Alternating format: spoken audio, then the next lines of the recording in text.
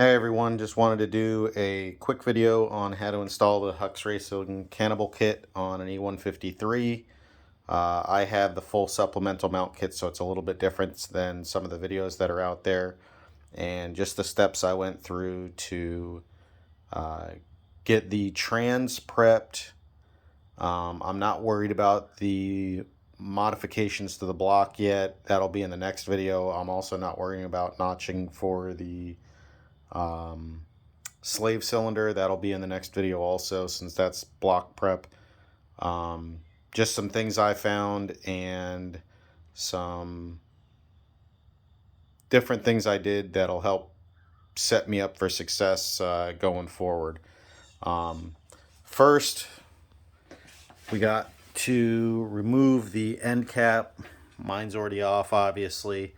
There's a dowel pin in this hole that has to get pulled. Mine was super stuck in there. Ended up having to drill it out and pulling it using a tap to get it out. Because of that, it was the end cap was so stuck on. I ended up cracking the end cap. So good thing for that. So before I put the cannibal plate on, yeah, you want to remove all the old gasket sealer, and you'll see that it's just around the outside. There's none on this inside part. And I also used a brass brush just to clean up this pin a little bit so it would make sliding the cannibal plate on. I did put a little bit of a ding in with when I was prying on it, but the sealant will fill that in, no problem. All these bolts will be green Loctited in, so make sure that you just run a tap down the threads on the holes that you're going to be using, and just make sure that they're nice and clean. You don't want to have an issue where you go to put the bolt back in and you start getting binding issues and then strip threads and have to helicoil or tap or do whatever. So just do a little bit of prep work to set yourself up good for that. On the plate, all the hardware comes labeled in bags. And there's a bunch of different pins, there's a bunch of different studs, and they go different directions. I'll have a diagram in here showing the the stud locations and how the bolts go. So now the one thing that's different with this kit versus some of the others that are out there is, since I have the regular mount deleted for the supplemental mount kit, I have a bag what's called additional hardware, and that goes in the bolts that go through the bell housing and bolt on the other side. That replaced those 3 bolts right there. Now, normally I would suggest standing the transmission up. As you can see, I still have my axle in there. I just put all brand new fluid in this, so I really don't want to dump out $80 worth of fluid. So I'm going to try and do it like this. If I don't have good success, I'll just pull the axle and stand the transmission up.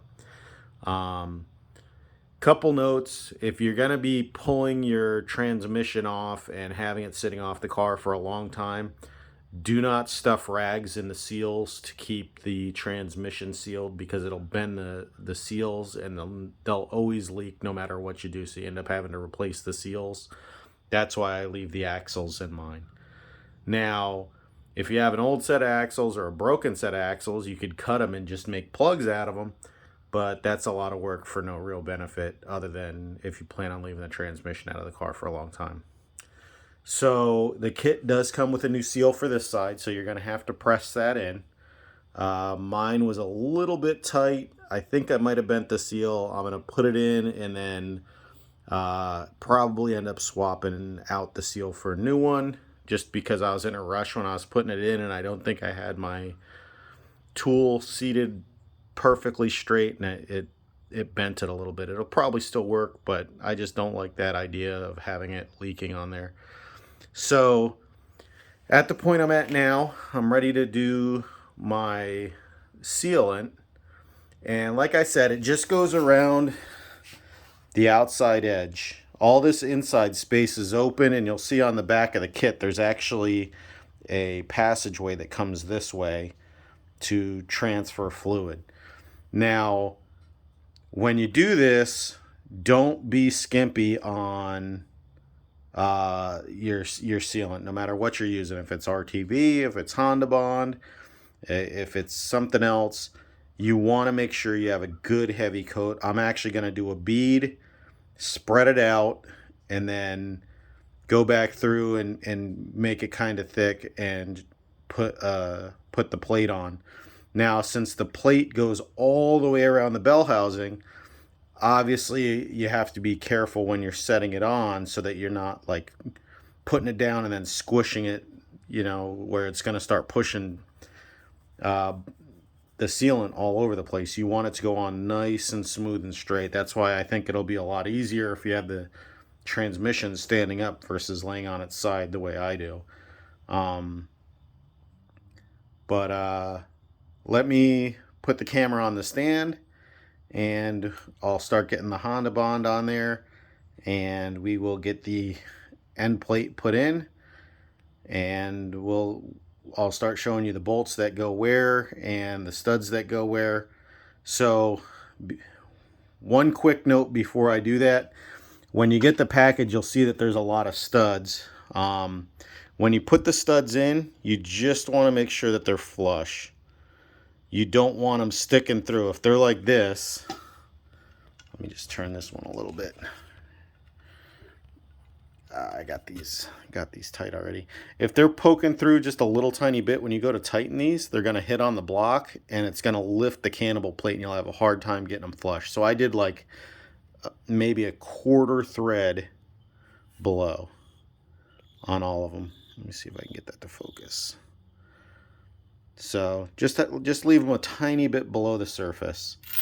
So all right, let me pause this, get this in the camera stand, get the RTV going on there, and we'll get the plate installed. Okay, well, for some reason my camera stand is missing in action. I think I used it for filming one of my kids' events and don't know where I left it. But as you can see, I got that gooped. I always want to say go heavy on the bottom, as that's where all the fluid's going to sit, and that's where it's going to be most likely to leak from. Try and avoid the threaded holes, as it'll just make installation a little bit easier. But yeah, that's what you want it to look like. This whole middle area is going to be open.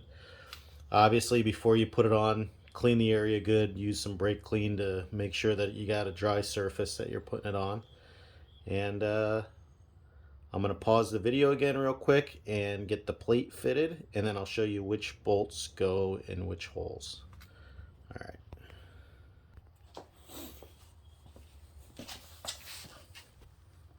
Okay, so I got the plate on. You can see just from seating the plate, it's starting to squish the sealant out. I just have these in loose right now, but you'll see there's 3 gold bolts and 1 black bolt here. This uses a size 10 Allen key, and then these are the bolts that in my kit were marked additional hardware, and they just look like this. They come with some washers and nuts, and they just go through, and then you mount them like that. So I'm going to go ahead and snug these up. I like doing it by hand just because since it's going into aluminum, I don't want to strip them. So I'm going to use a ratchet, and I am just going to take my time and go nice, make sure they're all working their way down even.